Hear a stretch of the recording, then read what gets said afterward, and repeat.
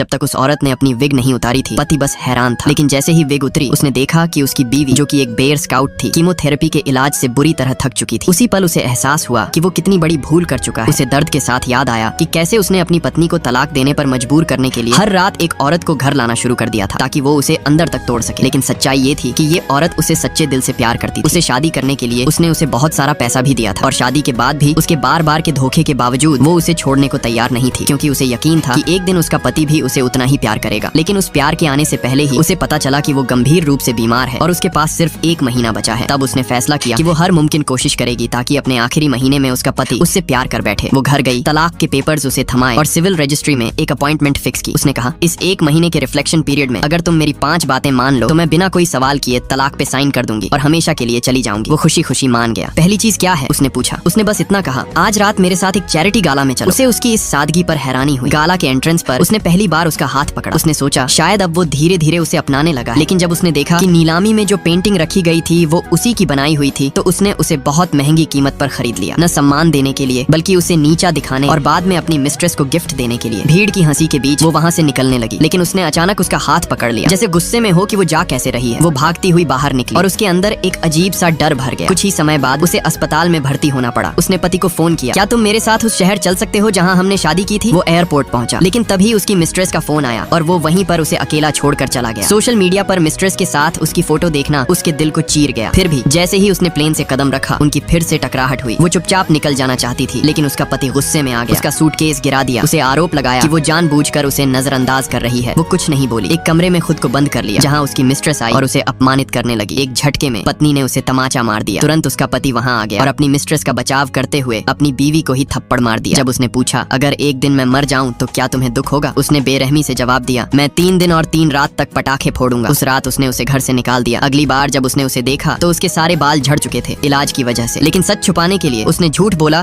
कि उसने नया हेयर स्टाइल अपनाया है। उसने उसका ध्यान खींचने की कोशिश की, लेकिन उसने एक नजर तक नहीं डाली। उसने माहौल हल्का करने के लिए मिस्ट्रेस को भी बुला लिया और देखा कि दोनों फेरिस व्हील पर हाथों में हाथ डाले बैठे हैं। वो आखिरकार फूट फूट कर रो पड़ी और बेहोश हो गई। कई दिन बाद जब उसकी आंख खुली तो वो अस्पताल में थी और उसका पति उसे एक बार भी देखने नहीं आया था। तभी उसे समझ आ गया कि अब सब खत्म हो चुका है। उसने आखिरी बार खुद के हाथों से बना खाना शेयर करने की बात रखी और फिर तलाक पर साइन कर हमेशा के लिए चले जाने का वादा किया। उसने मंजूरी दी। उसने पति से कहा कि वो उसके सभी पसंदीदा पकवान बनाए। शादी के बाद पहली बार उसने खुद को खुश महसूस किया। लेकिन ये शांति तब टूटी जब मिस्ट्रेस अचानक वहाँ पहुंची और एक बेरहम हरकत में उसकी विग खींच कर उतार दी। सारे लोग वहीं जम गए, हैरानी और डर में पत्थर की तरह।